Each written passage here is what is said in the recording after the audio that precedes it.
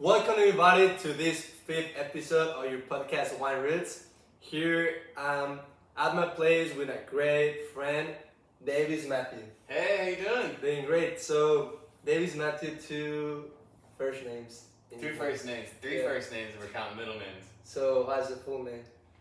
We're going there already. We're this going is 10 there seconds already. in. You're getting FBI information already. Yeah, I know. It's Davis, Paul, Mathew. My parents Three screwed me first there. names. Yeah.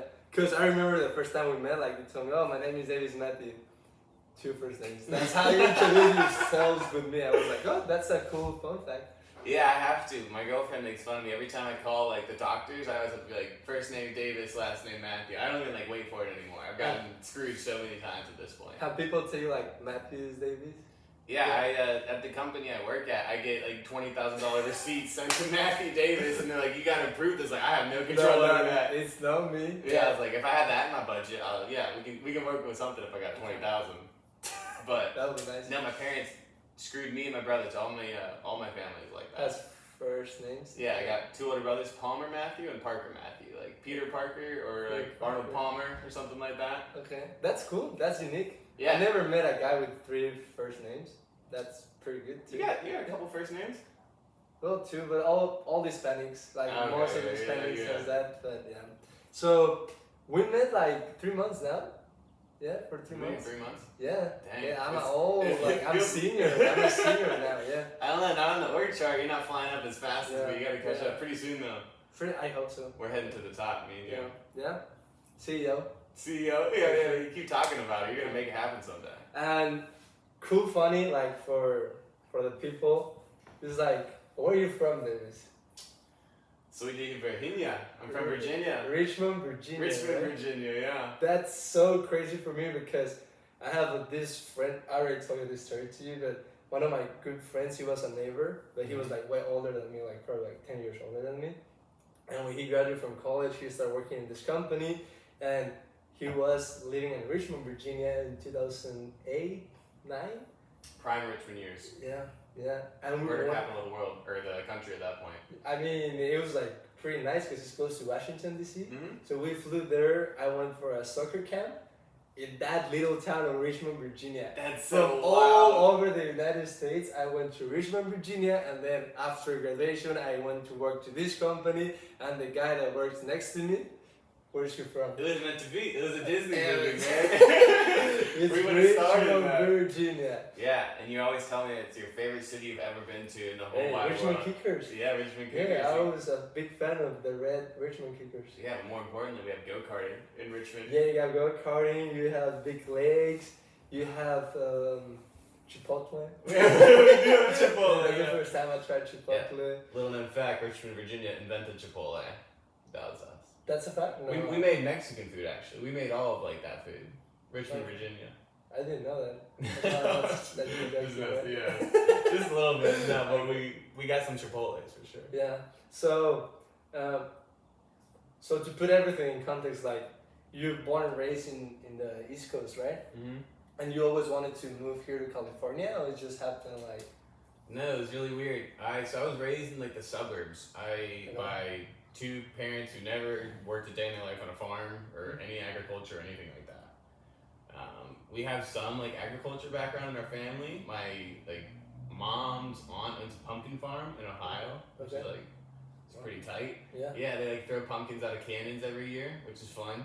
But other than that, like I never went to visit it or anything, so I didn't know I was gonna be a farmer, let alone like move to the West Coast. Okay. And went to college for chemistry, and that was really hard, and did not like it, not fun at all. So I was like, oh, I can do biology, that's super easy, but I want to make money. So I was like, do biological engineering, that's easy.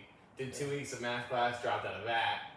I was like, okay, what's a little bit easier? So I found studying plants was not too hard, and I get to go outside, which is pretty sick. So I did that for a little bit, and ended up getting an internship out on the West Coast. Like, just got an email from my counselor. It's like, hey, like apply to this great company.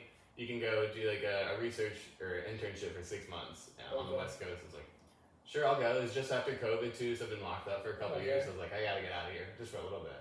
That was 2022? 2021. 2021. Yeah. Okay, yeah. I originally got the internship for 2020, but I was too young. I was like 20 years old. Okay. Like, you gotta be 21 to come make wine, which is understandable, but and it kind of turned out well because I didn't know that the pandemic was gonna happen and a bunch of fires and everything. So yeah, those years were a thing here. you were here, right? I was in Napa on the other side, but I was working like for the summer, and every time I get back to college, like I started looking like the fires and everything. Yeah, it was tough. 2 years. You saw the fires, like yeah, I'll still go out there. Yeah. Were there like fires where you were working? No, so I always leave like first week of August, and fires was like mid-August, September. So I always went like before fires. That's smart. Yeah. I was always on time. Was this why you were living with your in your spacious apartment for like 10 people or whatever you were living in? No, that was probably the second year. Did you have a better living situation that time around? In a garage. In a garage. So you live with 10 other people, and then you live in a garage the next year. Yeah. What was the third year? Did you were you balling out for the third year? No, the third year was way better. Like I was improving. Every year. Yeah. Dude, look at this spot now. You got your own couch. Yeah, we're getting up there. Yeah, you got your own iPad. It's pretty sick, dude. Yeah. You're on the way up. Your CEO is in your future. Yeah, in our future. In our future. If I go up, you go up. we're taking each other. I like that. I like that. So, okay, so you get the internship, Mm-hmm. and you'll be like, well, I'm gonna go to cross the whole country and have that internship for 6 months. Yeah, my dad and I got in our Suburban and drove across the country in like 4 days.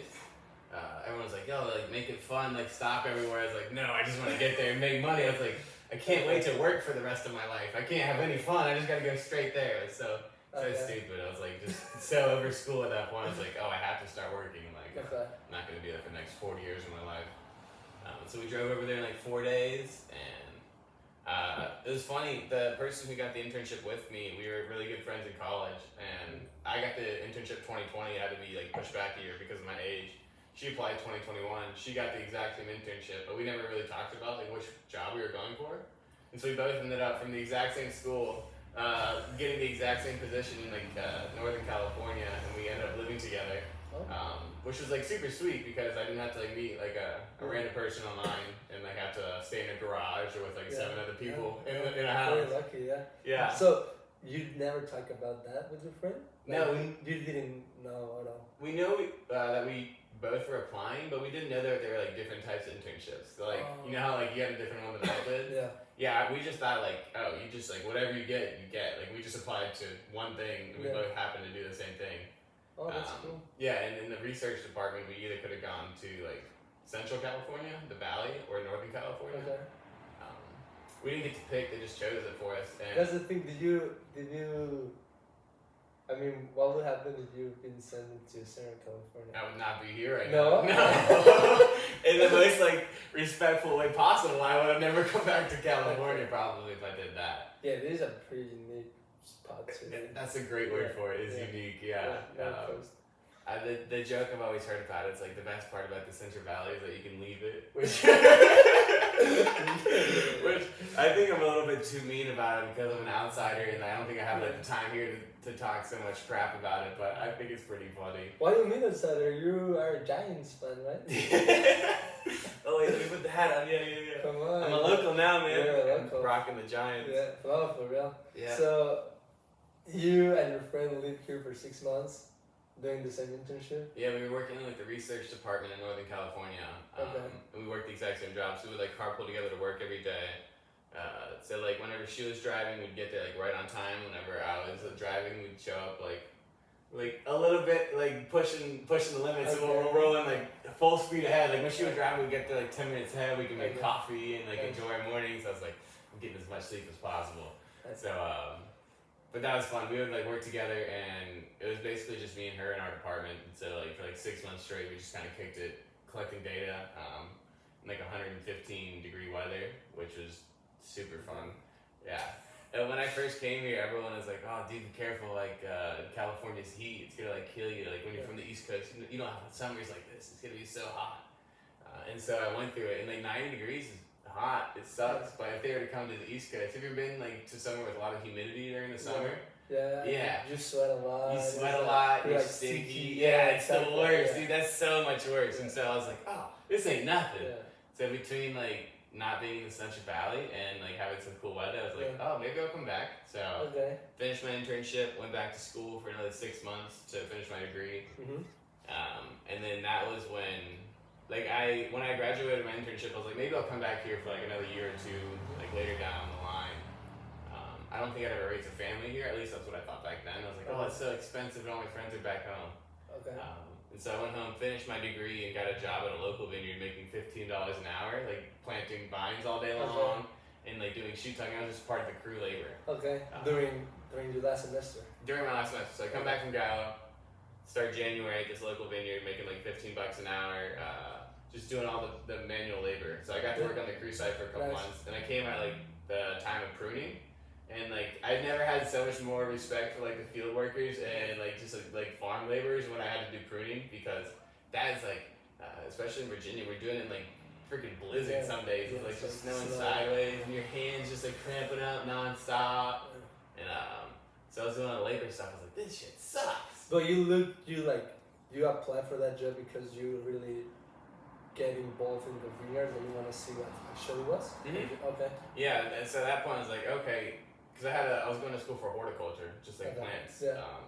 And the only agriculture of where I'm from is corn and soybeans, which is just like flat land for like hundreds and hundreds of acres, and you drive a tractor around for 12 hours, or at least this is what it is in my head. And like, the big thing about it is like, I don't think you can really like, you take a bite of corn on 1 acre, and you go to across the street to the neighbor's corn, you take a bite of corn, you're not gonna tell any difference, right? You're not gonna be like, oh, I have the better corn on like Dry Creek Valley or wherever I'm at, like. But with specialty crops like grapes, for example, you can like, people actually value having like terroir and like actually like taking care of the plant, and so it's not just like you're making just pure tonnage, like you're actually like making.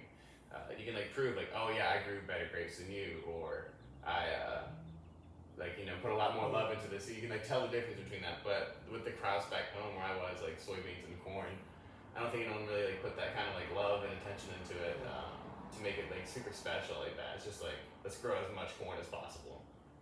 And so like I'm gonna come to the fun side of things, and actually like, there's a lot more money in grapes too, so there's a lot more science in it. I think people will pay a lot more attention in grapes to small things, and I like to, go out and find like little insect damage or like find like diseases and stuff like that. And so I like that side of things, and I think just because grapes make so much more money, you can put a lot more attention into it. So like, maybe I'll do this thing. Yeah, wine grapes. Yeah, exactly, yeah. I mean, people be making money off of raisins too, but I don't know if I want to be growing stuff just to dry it out all day. Yeah, exactly. I think for the raisin, like they cut it and they leave it like in the ground like for 2 days, 3 days. Oh really? Yeah, so they can like get like raisin. That's pretty sick. That was like last year with 120 exactly. degrees. Yeah, you can see the raisins in the So the internship was viticulture, right? Research. Yeah, viticulture research. Yeah. So we were doing like research projects on the grape side rather than the winery side. So my particular project, we were working with like different amounts of irrigation in the vineyard. So like, instead of just giving like one block like all the same irrigation for the entire week, you find like particular areas of the block. It's like, maybe this section isn't performing as well, so it needs more water. And so you take away water from the sections that are performing too well, and so you're trying to like balance the vineyard, so like you have more individual control. What that involved for me was just taking data, for like 3 months straight, just measuring how stressed the vines were. Which is super fun. It was just doing the exact same thing for like 3 days or 3 months straight, but I listened to a bunch of audiobooks and podcasts and everything, so I got to be outside. So I really kind of fell in love with like the whole data collection thing. Like, it was kind of monotonous after a while, but it was still like, I get to be outside in this beautiful wine country every day. So even like not a great day in a vineyard, it's still like it's way better than an office job all day. There's not that about that. Like when you're outside, I remember one time that they sent me to do, in my internship, they sent me to do cluster camps.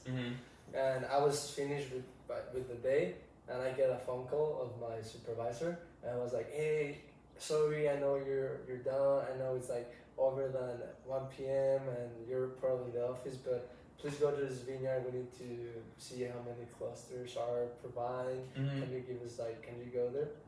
Honestly, I was like at peace at the time. I was like, man, like it's already 1 p.m. It's like midsummer. It's like I don't want to go count stuff all day. Like 90 degrees, like pretty hot. I didn't want to go. I ended up going, and I was like counting, and I was like, in a bad attitude, you know. I was like, I don't like this 1, 2, 3. Yeah, I was like, I wasn't like in a good mood for sure.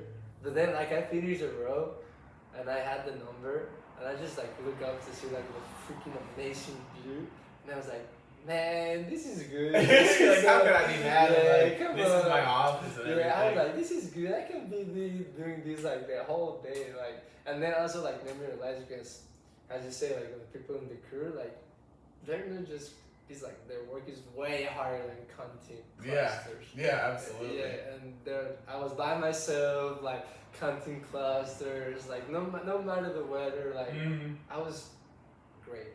I just wasn't like in the great mood. Yeah, but I mean that helped me to realize that, man, being outside in the vineyards, like it's a great work to do. Yeah, it's definitely what I've found to stimulate my brain more and keep me more engaged and everything.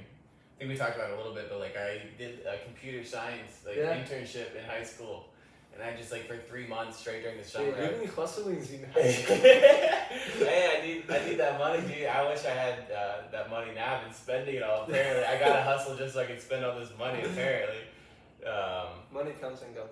Yeah, exactly. But putting on a collared shirt and going to work every day to fix computers, that'll stay with you forever. Oh yeah, I was just working in like the help department for like 3 months straight, and I was like, dude, this is not for me. Like I thought I was gonna be so like excited to program all day, and it's like it's cool for a couple days, and you get like some nice code working, and then after that you get like really frustrated, and you find yourself just sitting for like 40 hours a week. And I was like, I don't want to do this forever, and so I ended up going outside for a living, and it was like way better. It might have lasted a couple dollars here or there compared to my computer science path, but I think I'll be happier long term. Yeah, exactly. It's a long-term game. Yeah, exactly. We're young. Exactly. We got time to do it. Once we're CEOs, though, we'll be making all the money. So. Yeah, and we'll get to be outside too. Yeah, exactly. We'll have people working for us. We go outside. Yeah, trouble the water. Exactly. Bright futures. Yeah, we're coming straight to the top. And so you told me horticulture. When you start doing horticulture, you tell me that because you like biology and not chemistry. Not chemistry. But you have the opportunity to do biology, and you wanted like when you changed your horticulture, were you even thinking like in wine industry? You were thinking like I don't know, probably like farm or probably like lab. So honestly, like I never even thought of the wine industry. So the friend who came out with me during my internship, we had very similar paths. We both started college as chemistry majors, and we both of us like got kicked out of chemistry classes because we had such bad grades. We were like failing all the tests, so we were going down together. So one day, like we were just like went to like a Mexican restaurant, got a couple like margaritas or something, and we were just drinking. She's like, I hate this. You know what? I'm gonna go make wine because I think she might have been drinking wine actually. She's like, I like wine. I like this fucking chemistry stuff is like so hard. I'm gonna go outside and just grow wine. It's like, okay, do that. Like I never like drinking alcohol or wine, so I was never exposed to that growing up. So I never even considered that. And so she talked about it for like a year straight, just how she wanted to like make wine and go to all these different places. And she started taking a wine class. I was like, oh, okay, it's like kind of interesting, like kind of cool. And then what really got me into horticulture though is like we had this cannabis research farm at Virginia Tech, which I was like, that was like my only exposure to plants before. Was like cannabis. I thought was like, or like cool plants. Like I talked about like corn and soybeans. Like I would never want to do that, but like cannabis, like people like actually care. Just like grapes, you can be like, oh, this one's different than that one. Like you can tell the difference. And like people will actually like, put a lot of love and attention into it. So I was like, oh, okay, let me see what this is all about. So I volunteered there for a couple months, and it was just all for free labor. I was just like having a great time, just like coming to like volunteer on like a Saturday and just like either like harvest like the cannabis plants or like take like measurements on it or something. And I was like, oh, like people get money to like work with plants. I thought it was like super cool, yeah. And so I finally got set up with them after like 3 months of like hard work, like volunteering. They're like, all right, we'll start paying you. You can actually like make money doing this. Like, no way, like you can make a job out of that. And so they're like, all right, we got all your free labor. You're gonna start on Monday. And like, I get a job. Yeah, I got a job with them. They're like, all right, I got set up in the system and everything. They're gonna start paying me money. The weekend comes around. They're like, all right, we'll tell you like what you have to do like next week. No one ever texted me. As soon as they started to have to pay me, they like stopped talking to me at all. So I never like went back because I guess they got. Well, you were in the system already, right? Yeah, I was in the system and everything. So I guess they're like, oh, enough people will volunteer. We'll get the free labor. As soon as they want to start getting paid for it, we'll kick them out. Okay, makes sense. So I was like, I stopped doing that, but like that kind of like sparked my interest in plants. It's like, oh, like people like can make money like going outside and like it's like a living organism too. Yeah. But the thing I like about it is like I think everyone as a kid wants to be a veterinarian or like work with animals or something. Okay. And I get too emotional with like all the animals. Like I've had a lot of like pets in my life, and whenever they pass away or something, it's like it really hurts me in my heart. Like I'm really attached to my animals. So like, I want to work with like living beings, but I can't. Not animals, because those things like if they die, that's sad, man. It's like someone's bad day. But I found out like plants are living things, but if they die, like no one cares. I mean, I cry when I bind. Yeah, every vine, dude. Yeah, I mean, when we're trying to make our money, we gotta value everybody's life, right? Yeah. But so it's like a living organism, and like they're so complex, and like everything's different, and nothing is. It's a science, but at the same time, like no two living organisms are the same thing. So I find that so fascinating.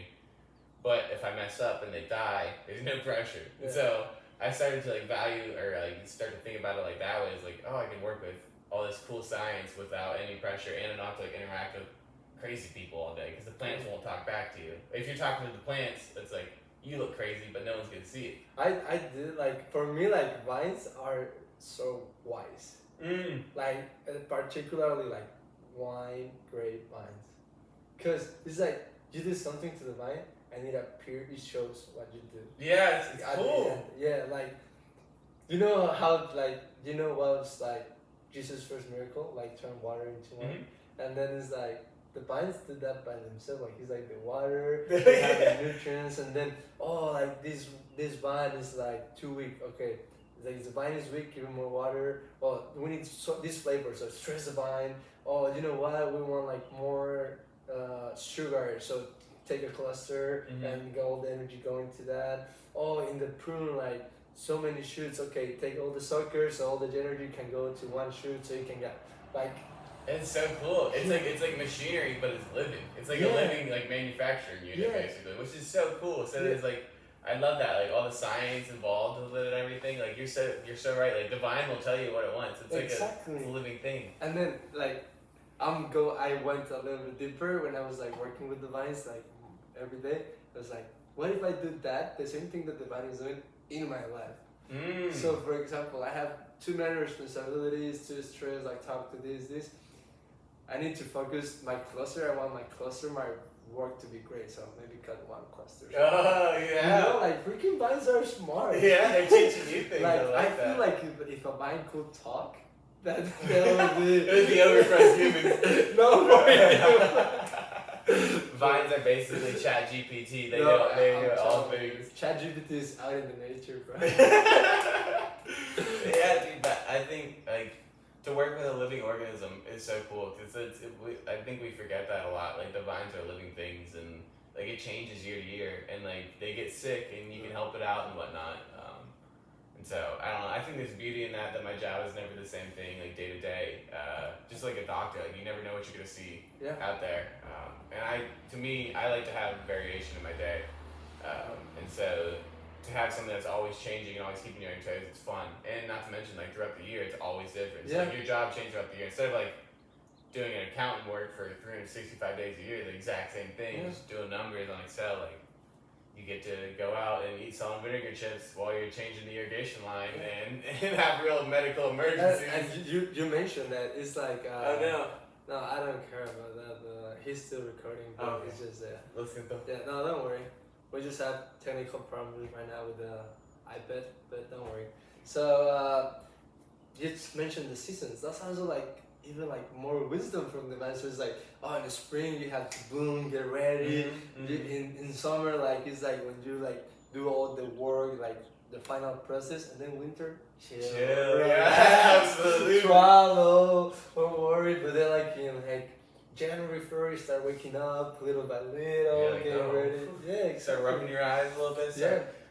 And then right now, blooming. Right now we're blooming. Oh yeah, we are blooming. Yeah, we're blooming straight to the top, man. Hell yeah. So for me, like I always say that it's my point of view, But I say like a great wine, like for a good wine, like I'm gonna say like something crazy, but that's how I feel. Whoa. It's like You're getting crazy on 80% of the wine quality comes from the vineyard. 80%.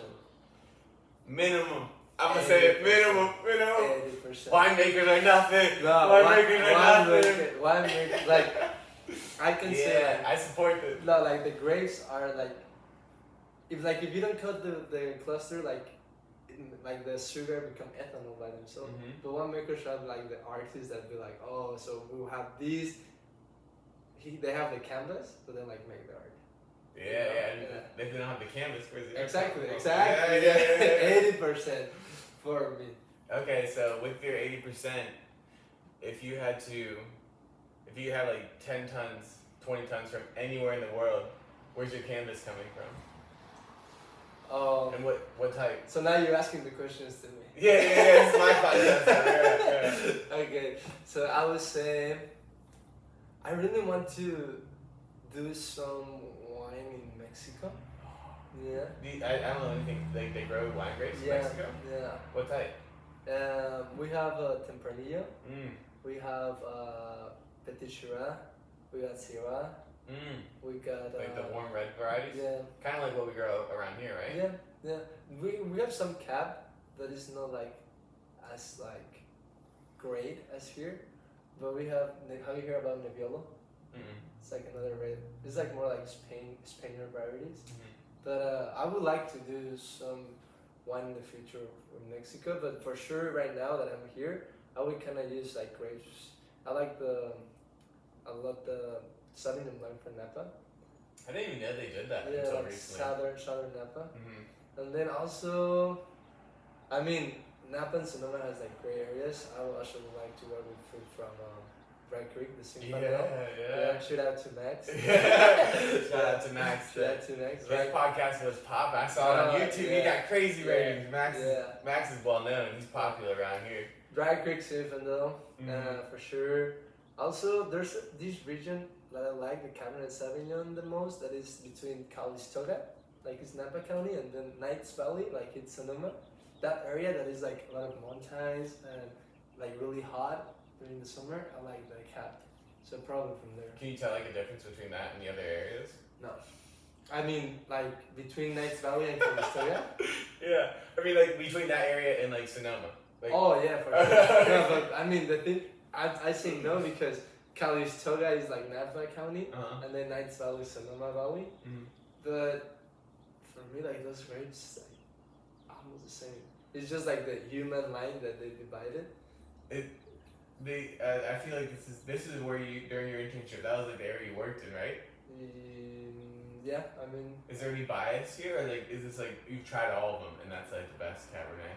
I think I tried all of them, and for me, like it's like the cluster get like too much stress, but it's also like vigorous. So it has like big clusters, but with a lot of flavor.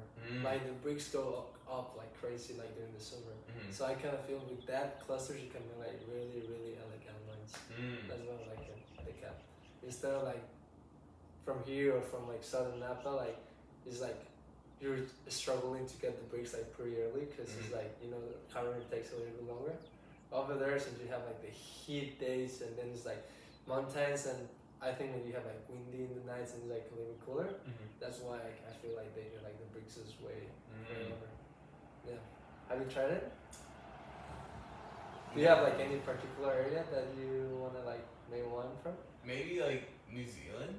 New Zealand. I feel like cause I love Sauvignon Blanc. So like New Zealand, like when I buy Sauvignon Blanc, it's like I'm buying like Marlborough Sauvignon Blanc from New Zealand, and so maybe like from them, I want to go everywhere, but I only know English right now, and so Australia and New Zealand, they're like the only other countries that speak English that like actually grow like decent wine. But I want to go to like Chile, would be sweet. Or Germany, maybe like grow some Riesling in Germany. Like that's what got me into wine, was like drinking really sweet like Rieslings, like $5 Rieslings. But that's what got me into it. So I think I would go there potentially too. Okay. maybe for reds though, I like the Cabernet. I like my first foray into like fancy wine is like Alexander Valley Cabernet. Okay. I thought I was being real fancy buying like an $18 bottle of wine. I was like, dude, I'm really breaking the budget. I'm gonna give her some Alexander Valley, man. Right. And so I really got into that, and so maybe I'll have to stick true to my home roots. Okay. But I think I'd want to do something like a white from New Zealand. I think it'd just be cool to go down there. Yeah, as you say, like it's not like all the Sauvignon Blanc is gonna be the same. Like even from countries, different countries have like different microclimates, like terrain, like even like the water, the minerals in the water from country to country, like is different. So there's like so many factors that make that part and that even that block unique that from the rest. Yeah. Yeah. Just the way you speak about it, you make me so excited. No, I'm ready for your wine. I'm ready to buy all of it. No, you got some passion behind this. Just wait for it. Like, it. give me. We're working on something, but you you guys, like you listen or watching, and Dave is gonna be the first one to know what's gonna be the next step. Ooh. James Coutinho. Oh snap! Okay. Just a little teaser. Just a little teaser. Just a little nugget of information for the early listeners. I like that. Okay. Exactly. Yeah. It's gonna be amazing. This is the VIP club. Yeah, this is the Patreon section. Yeah. Exactly. So maybe it's just to wrap up the podcast, closing out. So now you're like a viticulturist, right? Like that's what they say I am. Okay. I feel like you're really professional. What you do, the viticulturist, working with the vines. Do you have like any like path? Because right now we're just starting here. Mm-hmm. Do you have like any like, oh, you know what, like I think viticulture is like my go-to. I'm gonna stick to that.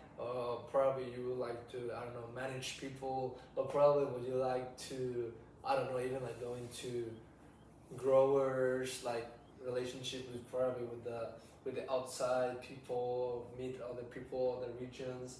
What would you like to do like in the industry? It's a tough question. Yeah, it is. Well, I know right now, like you said, we're really early into our thing. Yeah. So I think right now I'm just now learning just how much I don't know about all the vineyards. And so I don't know, I think short term, next couple of years, just kind of figure out like how to do this whole thing. Okay. Get my like base knowledge up. I really love the science side of the vineyards. I think operations is cool. I think actually growing the vines or like managing the labor, but I don't think it's what I want to do personally. Okay. I like the science side. I like trying to understand the vines, trying to understand what they're telling me, like you said. So I think right now it's just like I want to learn all the different types of viticulture related problems that can come up in this at least particular region, and like really get my game under control. I want to be able to walk into a vineyard and be like, oh, you need to do X, Y, and Z to get to like this end goal or whatever, or like to just like really understand the vine, be able to speak their language almost. That's my short term goal. Long term, I don't know. I wouldn't mind having my own property someday. I think that'd be pretty sweet. Having my own label or something. I don't know if that'd be California, Virginia. Richmond, Virginia. Yeah, dude. Bring the California knowledge back to Virginia. Place. Yeah, dude. It's a whole different world out there. The one story that like always like I tell the difference between where I work now and then is like here it's like we had like 4-hour training just to like drive a tractor around. Like that was like a big deal. And like there I'd be like shoot tucking like a vine, and like 2 rows down the owner's just like blowing pesticide out of the tractor right into my face. Like it's a whole different ball game over there in Virginia. So I don't know if we're Wild East. Yeah, it's the Wild East for sure. We're very new to the whole vineyard scene, I think, compared to what the West Coast is like out here. So I think in my immediate future, I want to learn, stay in the West Coast because it's like where all the knowledgeable people are. Like JC's here, like he knows everything. So I need to stay here if I want to learn.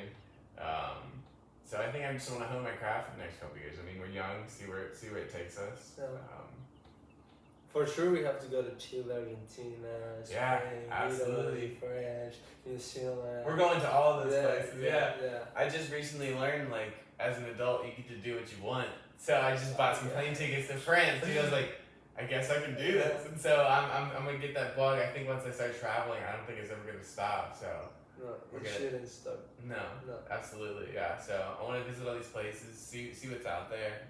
I think we're young. Yeah, we got plenty of time to to get there. But ultimately, I'm gonna maybe own my own business or own my own vineyard or something someday. Shit. With all this knowledge I gather right now, I mean, Cheers to that. yeah, cheers to that. I keep drinking all my wine, Yeah. but cheers Well, we to that. close it with that. Thank you guys. Davis, thank you so much. Of course. Great time.